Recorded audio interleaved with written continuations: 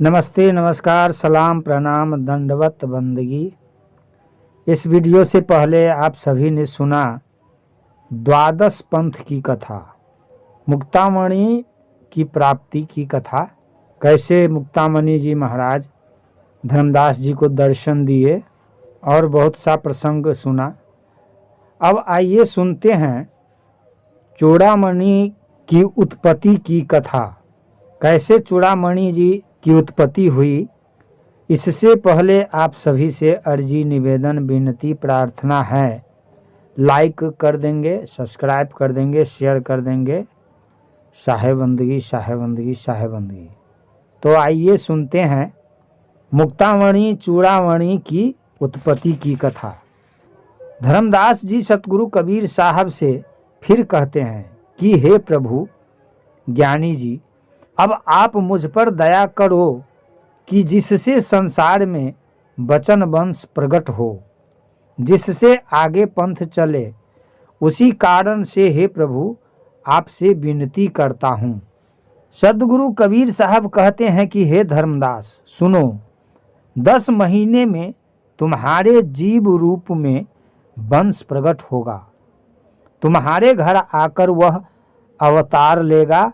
वह जीवों का कल्याण करने के लिए ही संसार में आएगा। हे धर्मदास, मेरा उपदेश सुनो। यह संदेश अपना भला जानकर कह रहा हूँ। मैंने तुम्हें वस्तु रूपी अनमोल ज्ञान का भंडार दिया है। वही ज्ञान वस्तु उस वंश को सौंपकर बतानी है। अब जो तुम्हारा पुत्र होगा वह तो मेरा अंश होगा। धर्मदास ने फिर इस प्रकार विनती की कि हे प्रभु मुझे समझाकर कहो। हे सद्गुरु सत्यपुरुष, मैंने तो अपनी कामेंद्रिय को बस में कर लिया है, फिर कैसे पुरुष के अंश नौतम सुरति मुक्तामणि संसार में जन्म लेंगे। सदगुरु कबीर साहब ने धर्मदास को आज्ञा देते हुए इस प्रकार कहा कि तुम स्त्री पुरुष दोनों काम विषयासक्ति से दूर रहते हुए मात्र मन से रति करो। हे धर्मदास, सत्पुरुष का नाम पारस है। उसे पान पर लिखकर अपनी पत्नी आमिन को दे दो, जिससे सत्यपुरुष का अंश नौतम सुरति जन्म लेगा। हे धर्मदास, तुम मन लगाकर सुनो, संकेत में समझो, मैं तुम्हें समझाता हूँ। पान पर सत्पुरुष की पहचान पारस नाम लिखो और वह पान परवाना आमिन को दो। धर्मदास जी को यह शंका हो गई थी कि इस प्रकार से मैथुन होना कैसे संभव होगा। उनकी यह शंका तब दूर हुई जब पति पत्नी दोनों ने पास बैठकर परस्पर दृष्टि मिलाकर मन से रति की। धर्मदास ने अपनी पत्नी आमिन को बुलाया और उसे सदगुरु कबीर साहब के श्री चरणों में पड़ गई। धर्मदास ने पान पर सत्पुरुष का नाम पारस लिखकर आमिन को दिया। उसने गर्भवास की आशा से वह पान लिया। इस प्रकार मन से रति करने से जो गर्भ हुआ वहां चूड़ामणि ने वास लिया। धर्मदास ने विधि पूर्वक पान परवाना दिया। आमिन ने आकर श्रद्धा पूर्वक सतगुरु साहब को दंडवत प्रणाम किया। आशा करते हुए 10 मास पूरे हुए तो सतपुरुष के अंश नौतम सुरति चूड़ामणि मुक्तामणि जी प्रकट हुए। वह अगहन का महीना और शुक्ल पक्ष का उत्तम दिन था। जब मुक्तामणि जी का जन्म हो गया तब धर्मदास जी ने प्रसन्नता पूर्वक धन संपत्ति एवं घर आदि दान में दिए। धर्मदास जी विनम्रता पूर्वक कहते हैं कि मेरे धन्य भाग है जो मेरे घर मुक्तामणि जी प्रकट हुए। ऐसा कहते हुए उन्होंने मुक्तामणि जी के श्री चरणों में अपना मस्तक रख दिया। सदगुरु कबीर साहब का आना तथा मुक्तामणि जी की प्रशंसा करना। जब सतगुरु कबीर साहब को यह पता चला कि मुक्तामणि जी का जन्म हो गया है तो वे तुरंत धर्मदास जी के घर पहुंचे। मुक्तामणि जी को देखकर वे कहते हैं कि यह मुक्तामणि मुक्ति का स्वरूप है और यह जीवों का कल्याण करने के लिए शरीर धारण कर संसार में आया है। यह मुक्ति की अजर छाप अब आकर प्रकट हो गया है। यह काल निरंजन से जीवों को मुक्त करा लेगा। जो मुक्तामणि संसार में आए हैं इससे जीवों का कल्याण होगा। वंश 42 की स्थापना। जब कुछ दिन बीत गए तब सतगुरु कबीर साहब ने अपना एक वचन सुनाया कि हे धर्मदास, सब साज समान मंगा लो। हे भाई, मैं विधि विधान से चौका करूंगा। जीवों के उद्धार कार्य के लिए मैं तुम्हारे 42 वंश के ज्ञान राज की स्थापना करूंगा। धर्मदास जी ने तब चौका का सब सामान मंगवाकर सदगुरु कबीर साहब के आगे रख दिया। धर्मदास कहते हैं कि हे ज्ञानी जी साहब, और जो साज वो सामान आप चाहो तो मुझे वर्णन कर कहो। सदगुरु कबीर साहब को जो सामान चाहिए था वह तुरंत मंगवाया और विधि पूर्वक चौका पूरना आरंभ किया। उन्होंने भली प्रकार से चौका पुरवाया तथा चूड़ामणि जी को लेकर पास बैठाया। सदगुरु कबीर साहब मुक्तामणि चूड़ामणि को कहते हैं कि तुम सतपुरुष का वचन मानकर संसार में आए हो, विधि पूर्वक जीवों को मुक्त करा लोगे।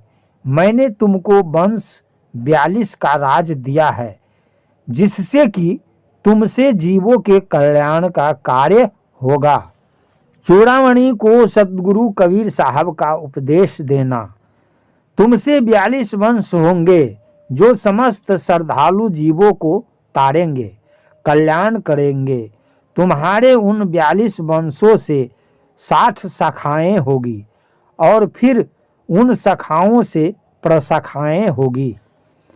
तुम्हारी 10,000 तक प्रशाखाएं होगी। वंशों के साथ मिलकर उन सबका निर्वाह गुजारा हो जाएगा। यदि तुम्हारे वंश उनसे नाता रिश्ता जानकर अधिक लगाव करेंगे तो हे भाई, उनको सतलोक प्राप्त नहीं होगा।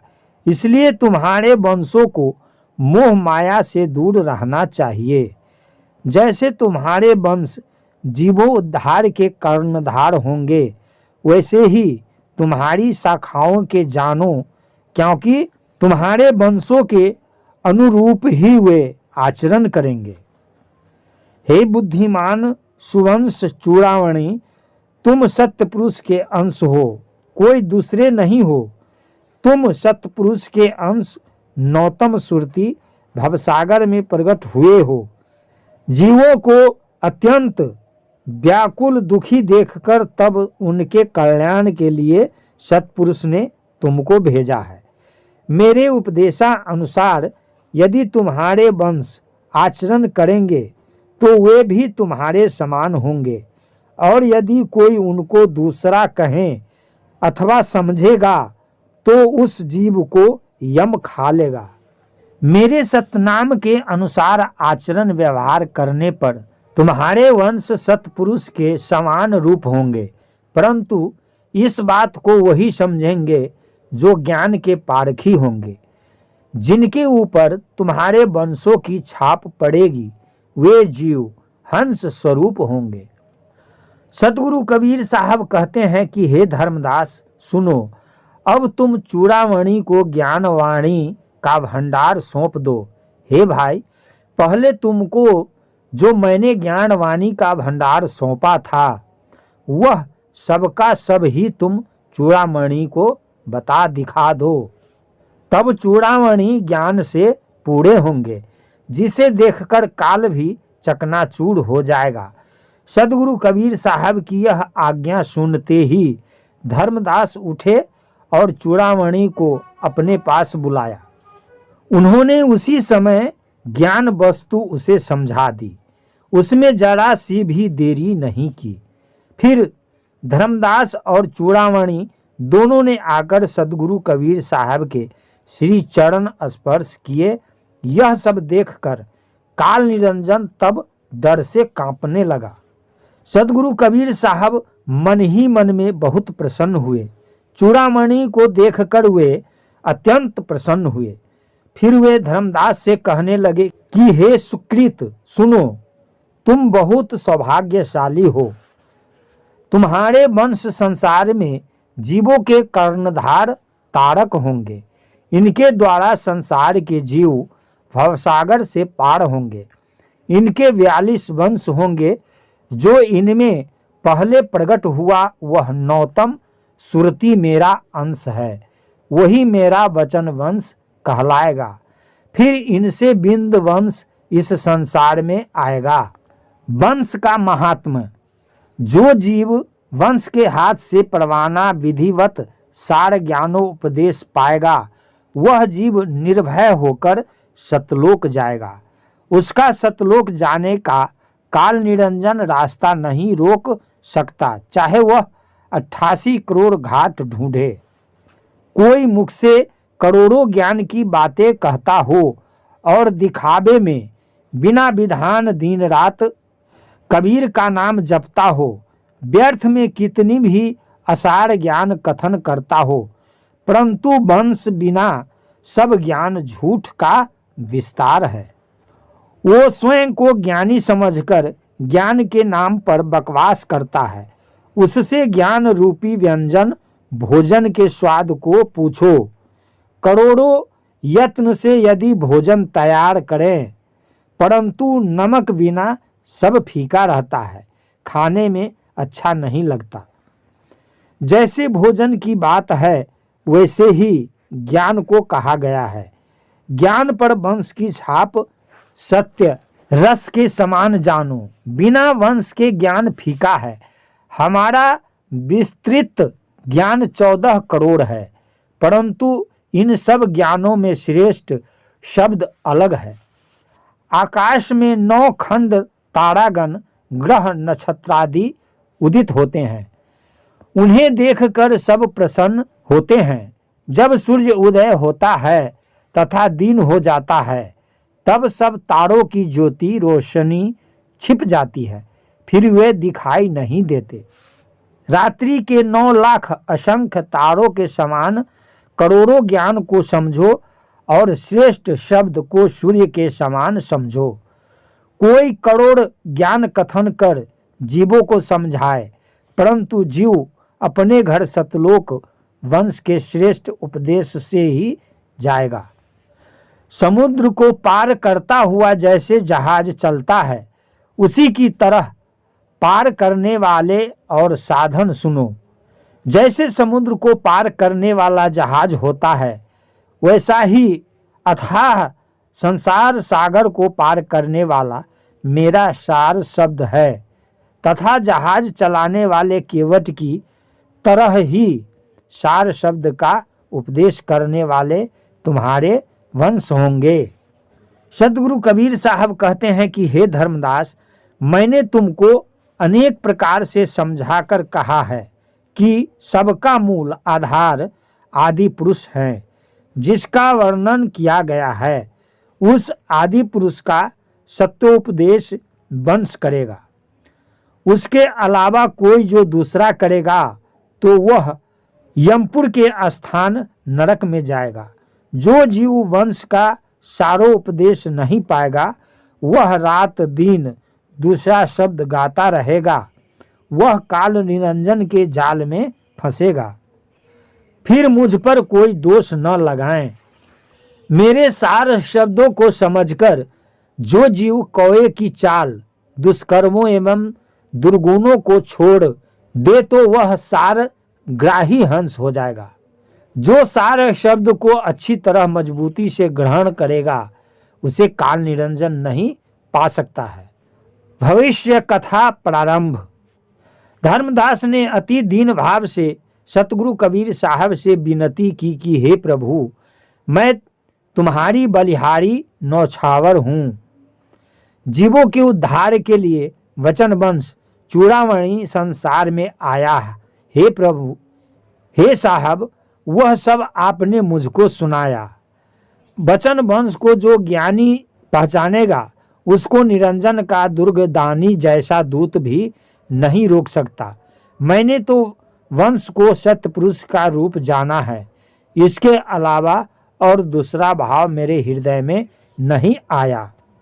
नौतम सुरती अंश चूड़ामणि मुक्तामणि प्रकट होकर संसार में आए हैं, वह मैंने ठोक बजाकर देख लिया है। तब भी मुझे एक संशय शंका है। हे साहब, मुझ पर कृपा कीजिए जिससे मेरा संशय शंका मिट जाए। हे साहब, मेरी बात पर ध्यान दो कि मुझे समर्थ सत्पुरुष ने भेज दिया था, परंतु जब मैं संसार में आया तो तब काल निरंजन ने मुझे फंसा लिया। आप तो मुझे सत सुकृत का अंश कहते हो, तब भी भयंकर काल ने मुझे डस लिया। ऐसे ही जो वंशों के साथ हुआ तो संसार के सब जीव नष्ट हो जाएंगे। इसलिए हे सब दुखों को मिटाने वाले, कृपा करिए कि काल निरंजन वंशों को न छले और मैं कुछ नहीं जानता। हे प्रभु, मेरी लाज आपके अधीन है। सतगुरु कबीर साहब कहते हैं कि हे धर्मदास, तुमने ठीक विचारा सोचा है और तुम्हारा यह संशय होना भी सत्य है। हे धर्मदास, आगे ऐसा होगा कि धर्मराय निरंजन एक तमाशा खेल करेगा, उसे मैं तुमसे गुप्त नहीं रखूंगा। जैसा होगा वह सब मैं तुमको सच सच बताता हूँ। पहले तुम आदि पुरुष की वाणी सुनो और ध्यान करके तुम सब समझ लो। सतयुग में सतपुरुष ने मुझे पुकारा तथा आज्ञा की कि हे भाई, तुम संसार में जाओ। सतपुरुष की आज्ञा मानकर मैं वहां से चला तो काल निरंजन मुझे रास्ते में ही मिल गया और उसके बहुत झगड़ा करने पर मैंने उसका दर्प अहंकार मिटाया। तब उसने मेरे साथ एक कपट धोखा किया कि मुझसे 3 युग मांग लिए। अन्याय करने वाले काल निरंजन ने ऐसा कहा कि हे भाई, मैं 4था युग कलयुग नहीं मांगता। अतः मैंने ऐसा वचन काल को दे दिया और तब जीवों के कल्याण के लिए मैंने संसार में गमन किया। क्योंकि मैंने उसको 3 युग दे दिए, उसी से उस समय मर्यादित सत्य पंथ नहीं किया। 4था युग जब कलयुग आया तब फिर से सतपुरुष ने मुझको संसार में भेजा। पहले की तरह ही कसाई काल निरंजन ने मुझे रास्ते में रोका और अनेक तरह से मेरे साथ झगड़ा किया। वह सब कथा हमने पहले बता दी है और काल निरंजन के 12 पंथ का भेद भी तुम्हें बता दिया है। काल निरंजन ने उस समय मुझसे धोखा किया कि मुझे केवल 12 पंथ ही बतलाएं और गुप्त बात मुझको नहीं बताई। 3 युगों में तो उसने मुझे विवश बाध्य कर दिया तथा कलयुग में बहुत जाल रचकर अधम मचाया। काल ने मुझसे अपने 12 पंथ के प्रकट करने का वर्णन किया, किंतु अपने 4 पंथों को गुप्त रखा। जब मैंने 4 गुरु के निर्माण की व्यवस्था की तो काल ने अपना अंशदूत भेज दिया। जब मैंने जीवों के उद्धार के लिए 4 कड़ीहार कर्णधार नियुक्त किए तब धर्मराय निरंजन ने उसी प्रकार अपनी छल बुद्धि का विस्तार किया। हे धर्मदास, सतपुरुष ने मेरे साथ जो प्रकट किया उसे परमार्थ जानकर मैंने तुमको कहा है। इस चरित्र को वही समझता है जिसके हृदय में सतनाम सहायक होता है। नमस्ते, नमस्कार, सलाम, प्रणाम, दंडवत बंदगी। अभी आप सुन रहे थे मुक्तामणि चूड़ामणि की उत्पत्ति की कथा। चूड़ामणि जी का प्रकट होना वंश 42 की स्थापना की कथा, चूड़ामणि को सतगुरु कबीर साहब का उपदेश देना, वंश का महात्म्य, भविष्य कथा का प्रारंभ। यह कथा प्रसंग आप सभी ने सुना। आगे वीडियो में निरंजन का अपने 4 अंश को पंथ चलाने की आज्ञा देने की कथा अगले वीडियो में लेकर आप सभी से मिलते हैं। तब तक के लिए साहेब बंदगी, साहेब बंदगी, साहेब बंदगी।